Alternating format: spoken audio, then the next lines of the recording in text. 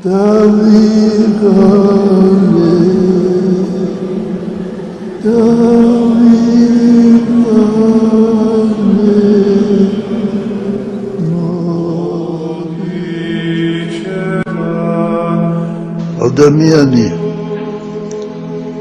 იღრება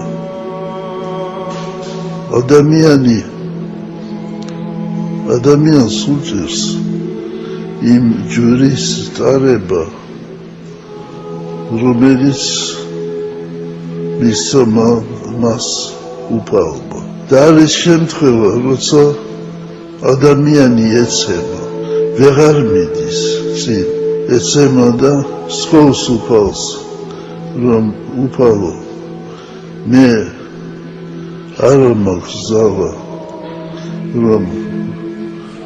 მოვიდე შენთან შენ მოდი ჩემთან